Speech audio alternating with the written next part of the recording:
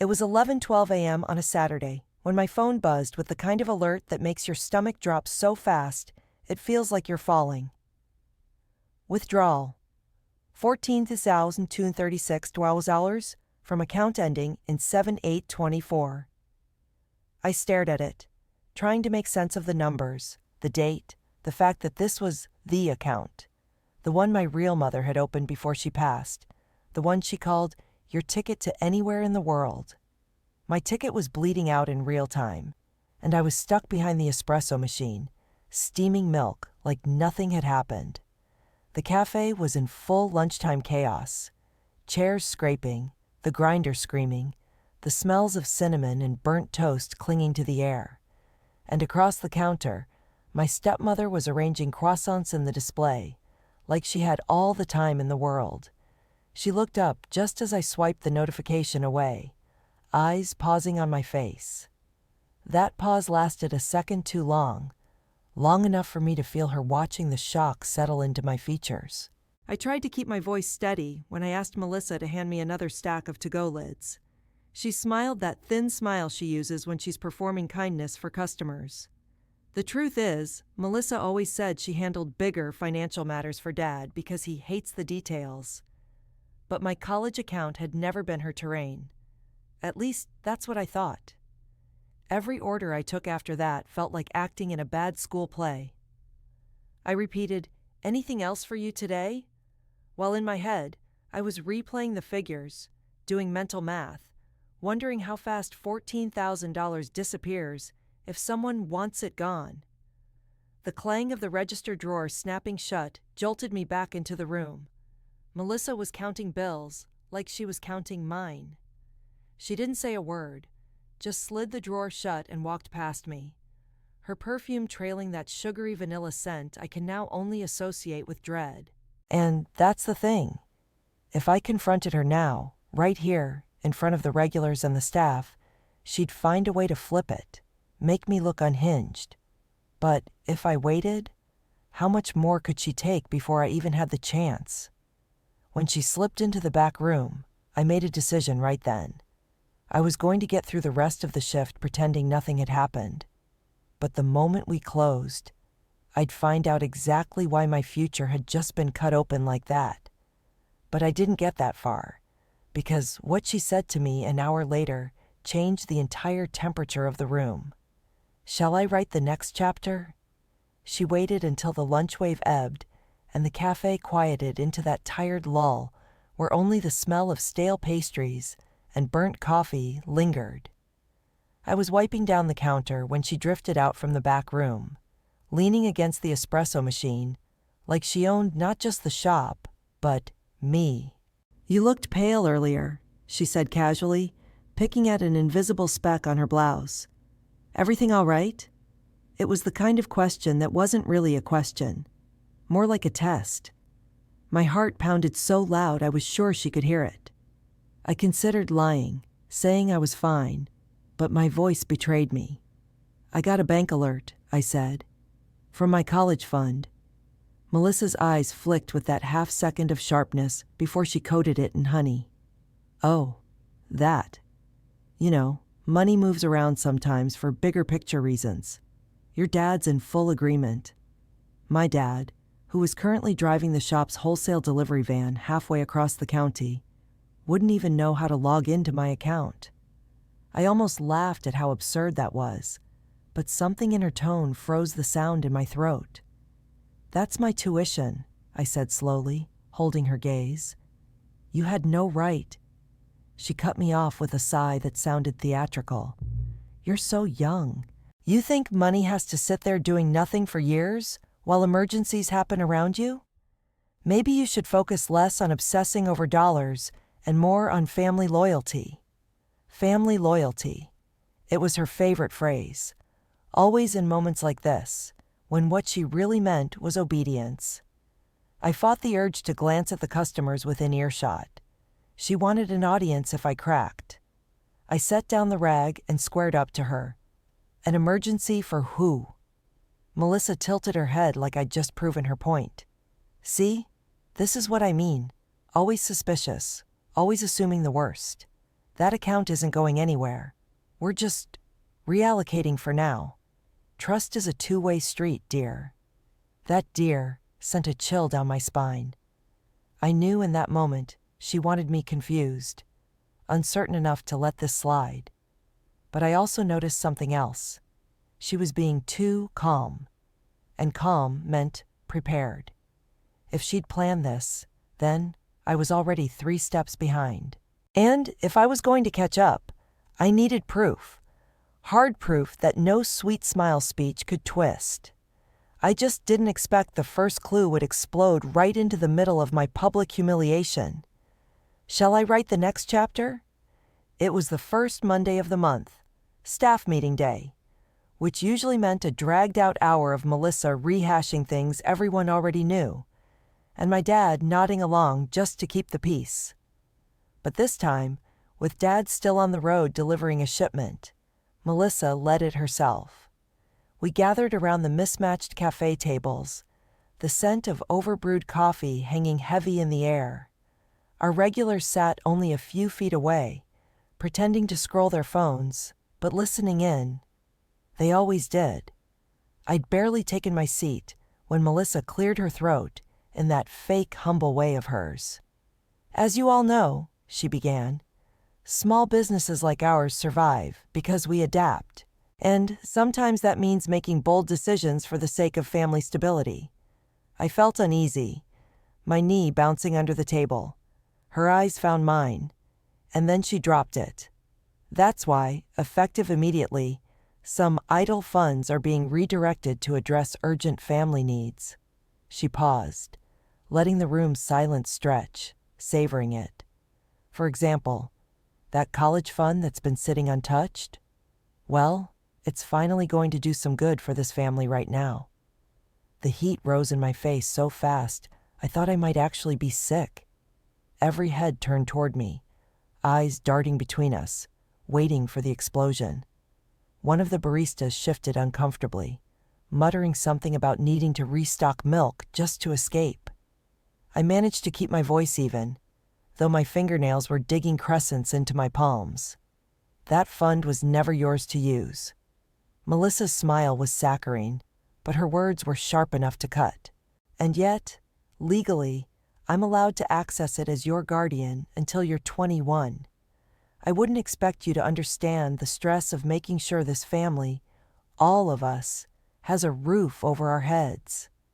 There it was, the public shaming, wrapped in concern, like she was the martyr saving us all from ruin. Nobody dared challenge her, not even the part-timers who knew she paid her own daughter over double my wage for fewer hours. She moved on before I could get another word in, talking about new pastry suppliers and weekly specials as though she hadn't just gutted my future in front of an audience. I sat through the rest of the meeting in a fog, head pounding with one thought. She wanted me cornered, with no allies, no way to make a case without looking like I was attacking family. But if she thought I'd back down, she didn't know how far I'd go when the ground under my feet starts to break apart.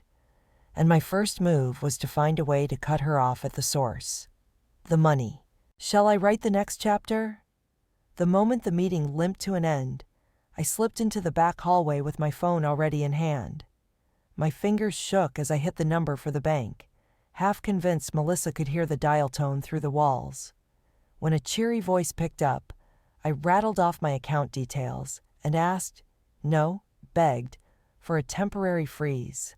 "I just want to make sure no more withdrawals are made until I get clarification," I told them, pacing between the espresso bean sacks. The pause on the other end was too long. "I'm sorry, ma'am," the banker finally said. "According to our records, your cosigner updated the account authorization last week. Your name isn't primary anymore. We can't make changes without both signatures." My stomach dropped so hard I had to lean against the wall. "Cosigner? I bit the rest back. Melissa's sunny declaration about being legally allowed to access it suddenly made sense. She hadn't just taken the money. She'd shifted the entire foundation so I couldn't stop her. After hanging up, I called Dad. It rang twice before going to voicemail. I tried again. On the third attempt, he answered, sounding rushed. "Dad, we need to talk. It's about my college fund. Sweetheart, can we handle this later? Melissa said you were upset about something. I'm on the road, and I don't want her there when we talk. This is between you and me." A shuffle, like he was covering the phone. Then, "We'll all talk tonight, okay? It's a family financial decision. No need to make it personal. No need to make it personal." My own father, the man who once drove 4 hours in the rain to bring me a forgotten art project in 5th grade, was now feeding me her lines. That night, I waited at the cafe long after closing for our talk. 20 minutes past the agreed time, the door chimed. Dad walked in, right behind Melissa. She didn't even bother pretending to be surprised to see me. "Let's get this out of the way," she said briskly, sliding into a chair before I could speak. "We've already worked out a plan that benefits everyone." My plan had just gone up in smoke before it even left the ground. If Dad was already in her corner, trying to reason here would be like shouting into a sealed box. But I still had one hope left. If I couldn't stop her by freezing the account, maybe I could catch her using it for something she couldn't explain away. And sometimes, the truth doesn't hide in bank statements. It hides in the trash. Shall I write the next chapter? The next Thursday night, I was stuck closing alone again. Another schedule adjustment Melissa had slipped in last minute. The customers were gone, the front door locked, and the only sounds were the low hum of the fridge and my own exhaustion in my bones. I was emptying the trash bins in the office when something caught my eye. A folded, stiff-edged paper half buried under a wad of pastry wrappers. I pulled it free, thinking it might be an unpaid supplier invoice. But my breath caught the moment I saw the header. Lease agreement, 12-month term. It was for a rental condo on the other side of town. The tenant's name printed neatly at the top wasn't Melissa's. It was her daughter's. In bold, the deposit amount stared up at me like it wanted to burn itself into my memory. 14,236. The same number from my bank alert. The date on the invoice? 3 days ago. The exact day my money vanished. I sank into the office chair, the hard plastic biting into my legs.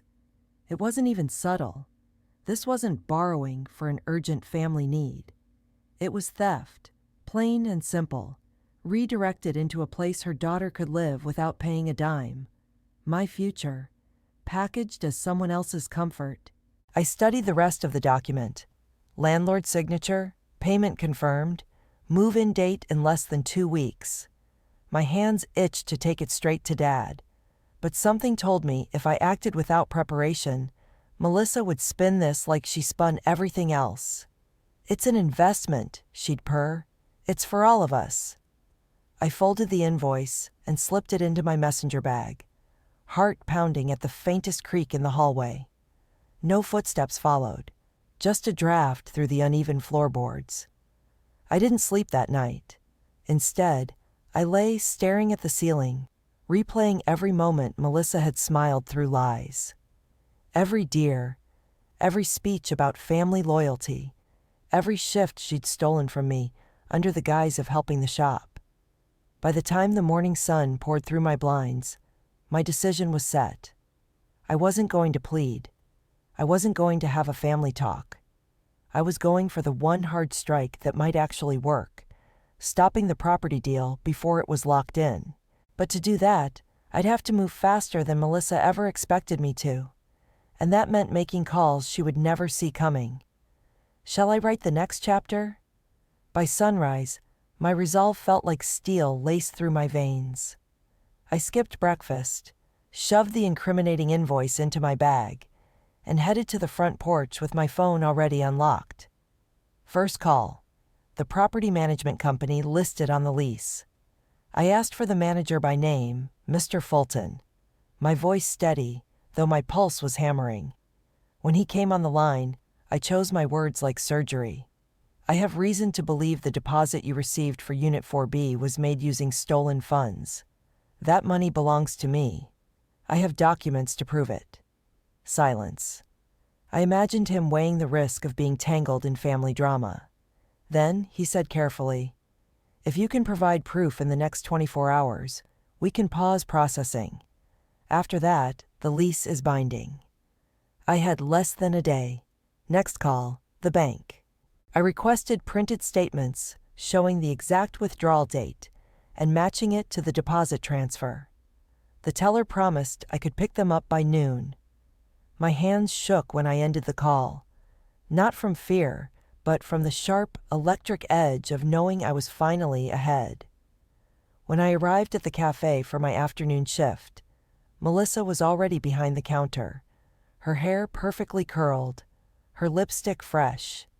She was humming while writing numbers into the accounting ledger, the same ledger she always closed the moment I walked into the room. I acted normal, even smiled, because playing dumb was my best camouflage now. All the while, I was cataloging every little tell. The way she checked her phone twice between orders. The way her smile wavered when she caught me near the office door. By closing, my evidence stack was ready. The bank statements, the lease invoice, and a printed email confirmation of the property deposit with a transaction ID matching my account. Tomorrow morning, I'd hit her with all of it in front of Dad. Not a talk, not a plea. A presentation of facts she couldn't slither around. But I underestimated one thing. Cornering Melissa meant she would bare her teeth. And when the teeth came out, I'd learned just how far she was willing to go to keep control. Shall I write the next chapter? The next morning, I made sure to get to the cafe before either of them. I unlocked the front door and set the bank statements on the center table like Exhibit A, the lease invoice like Exhibit B, and the email deposit confirmation like Exhibit C. The air smelled faintly of yesterday's grounds. Bitter, stale, heavy. By 7:15, Dad walked in, cheeks red from the cold, rubbing his hands together. He smiled when he saw me, but it fell away when his eyes landed on the papers. "What's all this?" he asked, suspicion creeping into his voice.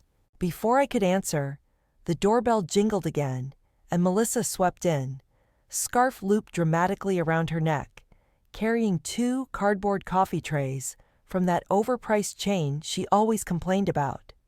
She stopped dead when she saw the table. "What's going on?" she said, her tone already defensive. I gestured to the papers. "What's going on is you took $14,236 from my college fund and used it as a deposit for your daughter's apartment. Here's the proof."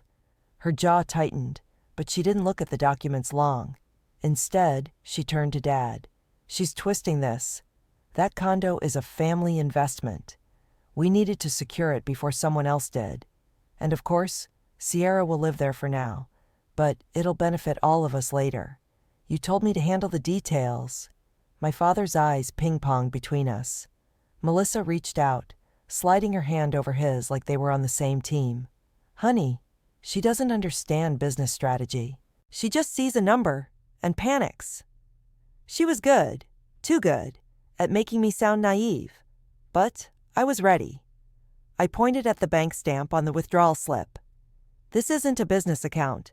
This is my personal college fund, the one Mom made before she died. You changed the authorization so I couldn't touch it, and you never told me. That's not strategy, Melissa. That's theft." For the first time, Dad's gaze shifted, slightly but noticeably, toward her, not me. "Melissa, did you change the account without telling her?" Melissa gave a slow smile, the kind that says, "I can still win this." I acted as her legal guardian. I don't need her permission. But her voice had a hairline crack in it. I saw it. And Dad saw it too. "I want the money back," I said, my voice firm, unwavering. "All of it. Today. Or I'll make sure this is reported, both to the bank and the management company." It was the first time I'd ever seen Melissa truly lose her composure, but what she said next was meant to burn everything down with me inside it. Shall I write the next chapter? Her coffee tray hit the table hard enough that one of the cups tipped, dripping caramel foam across the bank statements like she wanted to stain the evidence. So that's your game? She snapped, her voice losing the sugar entirely. Threatening your own family? Throwing public accusations around to make yourself look like some poor little victim? Dad stepped back, shocked, but I kept my eyes on her. If protecting my future makes me the villain in your story, so be it. She laughed, a sharp, humorless sound. You think you're untouchable because your mother left you that account? Let me tell you something. Your dad and I have been keeping this business afloat while you've been playing barista and daydreaming about skylines in another state. If you take that money back, you're not just tanking me. You're jeopardizing your father's livelihood. Little by little, she was reframing it in real time, positioning herself as the one holding up the walls, while I was the selfish wrecking ball. And for a split second, I saw a flash of worry in my dad's face, like he was buying it. That's when I pulled the final page from my bag. The property manager's contact info. He's already paused the lease until I can get this resolved. If I don't confirm by the end of the day, he'll consider the payment fraudulent and report it, which could impact your credit rating, Melissa, not mine. Her mouth twitched. Not a smile, not a frown, just the barest flicker of calculation. For the first time in years, she didn't have a snappy retort ready. Dad looked between us, the silence stretching into something uncomfortable. I can't keep choosing between you two, he said finally, voice low. Melissa, this isn't worth the risk. Give her the money back. She stared at him like she couldn't believe he'd said it. I could actually see the moment she realized she was cornered. Not just by me, but by someone she assumed would always stand at her side. Melissa grabbed her purse, pulled out her phone, and started tapping furiously. Fine, but don't expect me to clean up the mess when the bills come due. That sounded like a surrender, but I knew her too well. This wasn't the end of her fight, only the end of this battle. And when people like her get cut off, they don't walk away quietly. The next 24 hours would prove that in a way I didn't see coming. And it would change the cafe, and my relationship with Dad, forever. Shall I write the next chapter? She didn't wait 24 hours. That same night, I got a string of tense, half-coherent texts from one of the part-timers, Jenna. Are you okay? Melissa said you might be taking time off? Is it true you're leaving the cafe for good? Leaving? I hadn't said a word to anyone. I called Jenna immediately.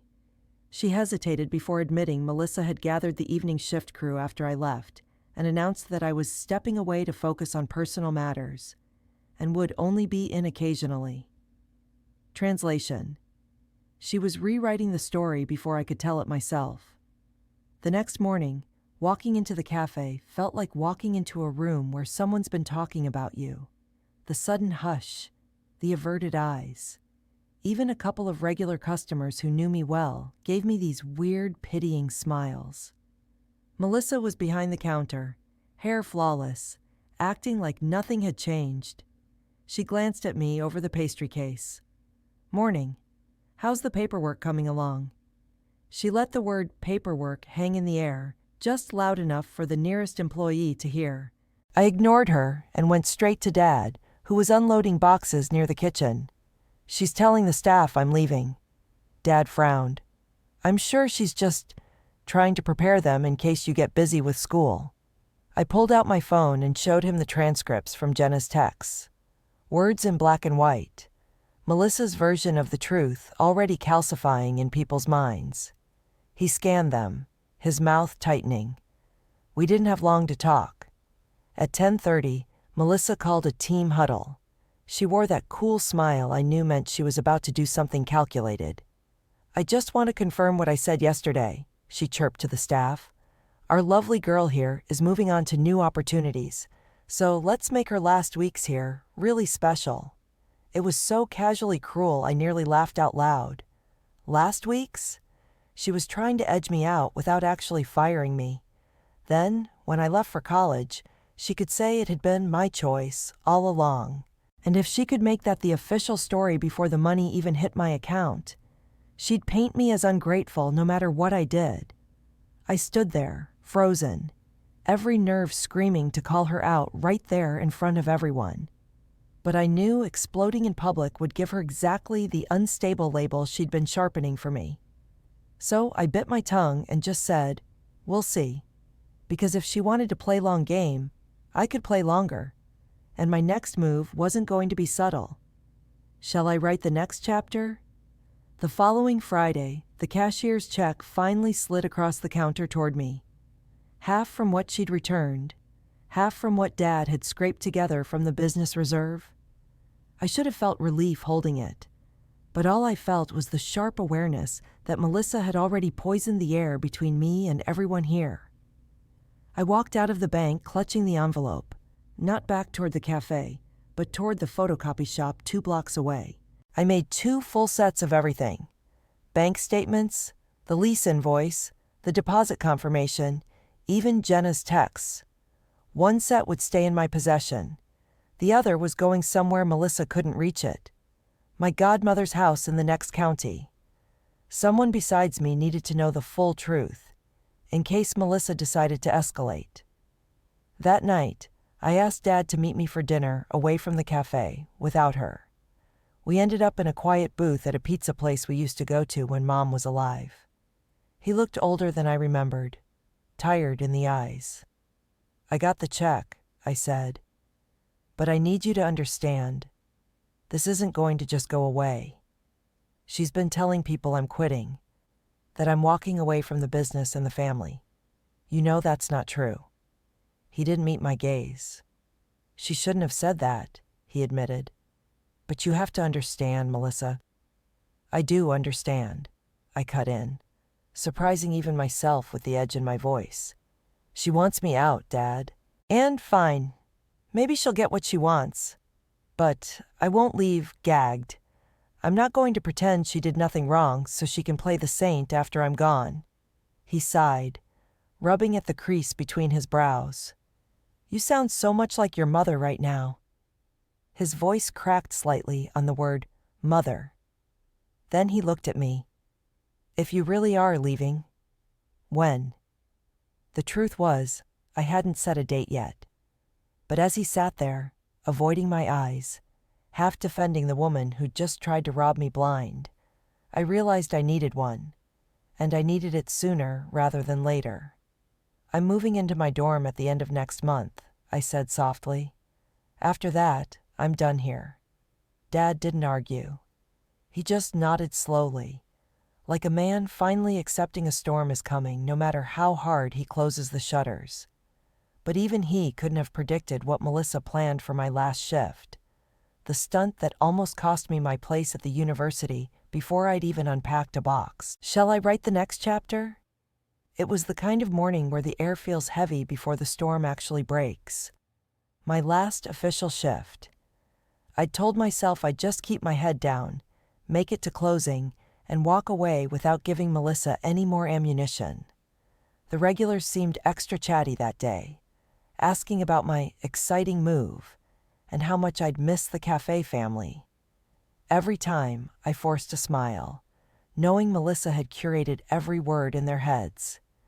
She floated around the room in her spotless apron, checking tables she never usually touched, basking in the role of benevolent stepmother, seeing her stepdaughter off into the world. The first sign something was off came when a man I'd never seen before strode in, suit sharp, hair shellacked back, briefcase in hand. He went straight to Melissa. They spoke in low tones behind the counter, her hand brushing his arm once, twice, as she scanned the room like she was checking where I was. Then she called out, "Sweetie, can you come here?" The man introduced himself as Mr. Chambers from the University Housing Compliance Office. My stomach tightened. "We've had some concerns raised about your enrollment documentation," he said smoothly, "and I just wanted to clear them up before move-in." Melissa stood off to the side, feigning polite interest. But her eyes betrayed a spark I'd only seen when she thought she was about to win.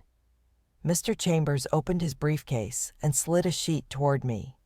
A printed email, supposedly from me, stating that I could not currently fulfill tuition payment and requesting my housing assignment be delayed. The email was riddled with odd phrasing, terms I'd never use. And the sender address? One character off from my real one, easily missed.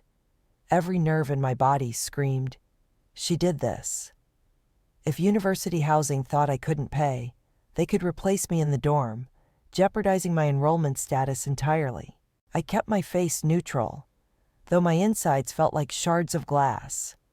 That's not from me, I said evenly. And I can prove it.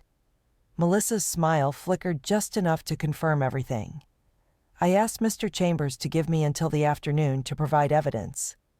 I made a quick show of checking my phone, muttering about screen captures and metadata, just to watch Melissa's jaw tighten. When he left, I didn't even look at her. I went straight to the office, shut the door, and started pulling up every piece of digital proof I had. Melissa had tried to steal my money. Now, on my last day, she was trying to steal my future. And the worst part? The only way to beat her at this would leave no chance of ever reconciling with her. Or maybe even with my dad. Shall I write the next chapter?